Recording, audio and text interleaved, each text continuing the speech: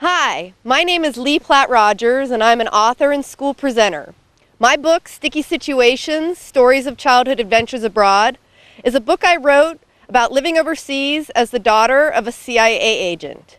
This DVD gives you a sample presentation of what I do when I go to the schools and talk to the kids. I think you will find it funny, in fact hilarious, entertaining, and educational. For more information, visit my website at www.leeplattrogers.com and get in touch with me, because I would love to come to your school. I'll see you there. Bye. My name is Lee Platt Rogers, and I am the author of this book, Sticky Situations, Stories of Childhood Adventures Abroad. This book is a book full of 50 stories of true stories about growing up overseas. And I lived overseas in 3 different countries. Here we are in America. You can see way over there.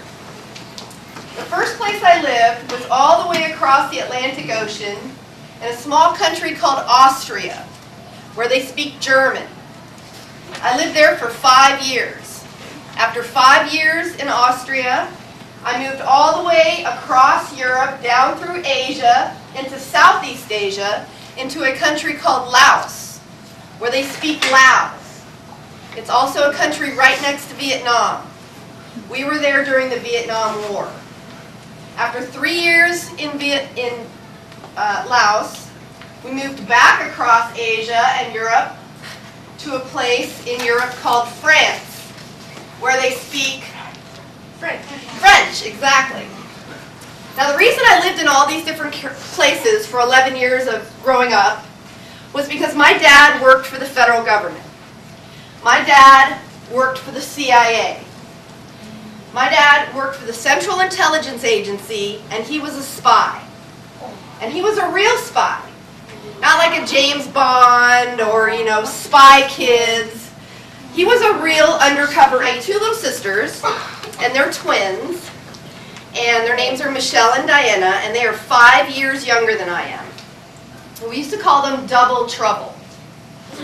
And yeah, they used to get into all kinds of trouble. So the very first country we lived in, which I told you was Austria, was in Europe. And Europe's very conservative, very reserved, and they like to have their rules. One day, I don't know what happened, but my nanny and I, we got to the park, let him out of the stroller, and poof, gone, running pell-mell in 2 different directions.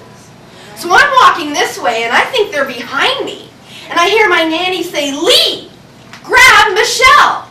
So I turn around, and there's Michelle. So I grab her, only to see that Diana has gotten past the nanny. She's in the grass. She's in the lake, and she has a duck by the neck. And she's pulling this duck to shore. Now imagine this duck. I don't think it's having a very good day. This duck is wah, wah, wah. Well, fortunately, the duck got away. But Diana was covered in mud, soaking wet, crying that she didn't have her birdie to take home. Yeah. So then we had to get home, and my mother was waiting for us. She wanted to know why Diana was covered in mud, soaking wet, crying that she didn't have her birdie.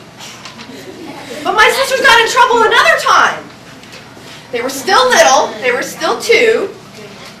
And my nanny took them to a bakery. And this bakery, the owner would cook all the cakes and cookies and chocolates and pies, and he would put them all in a big window. Oh, no. So that you would go and, buy what was in the window. So my nanny was in line. She was waiting. She had the twins by the hand, and she let go for just a second to reach into her wallet. And poof, again, gone. She looks around, Michelle? Diana? All of a sudden, out of the corner of her eye, she sees a group of people on the street going, "Oh no!" What do you think was happening? They climbed in the window and were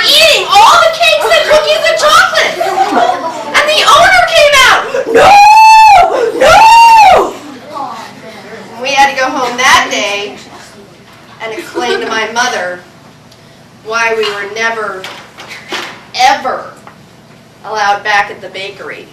Teach you a couple things before you go. We're going to count in 3 different languages, and I want you to tell me what it is after we do it. And you're going to count with me after I say it. 1, 2, 3, 4, 5, 6, 7, 8, 9, 10. French. Very good. French. 1, 2, 3, 4, 5,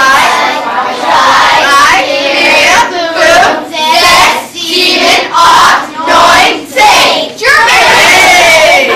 Very good. Our teacher's German. Ah, okay. You guys have any questions for me? How did I become, I love that question. I became an author. I used to keep a journal, and then I used to sit around the family table and I used to listen to my mom and dad tell family stories, and I used to start to write them down. So I started in probably about your age, and then I wrote for the school newspaper, which I really enjoyed, and everybody thought I was geeky, but I didn't care, because I think geeky is cool. And then I started writing in college, and then I started sending my stories out to magazines, and I got published in a couple magazines, and that's what really motivated me to become an author. But I never thought I would be able to write a whole book and get it published. But I was telling these stories to my nephew, who was your age. This was about 6 years ago.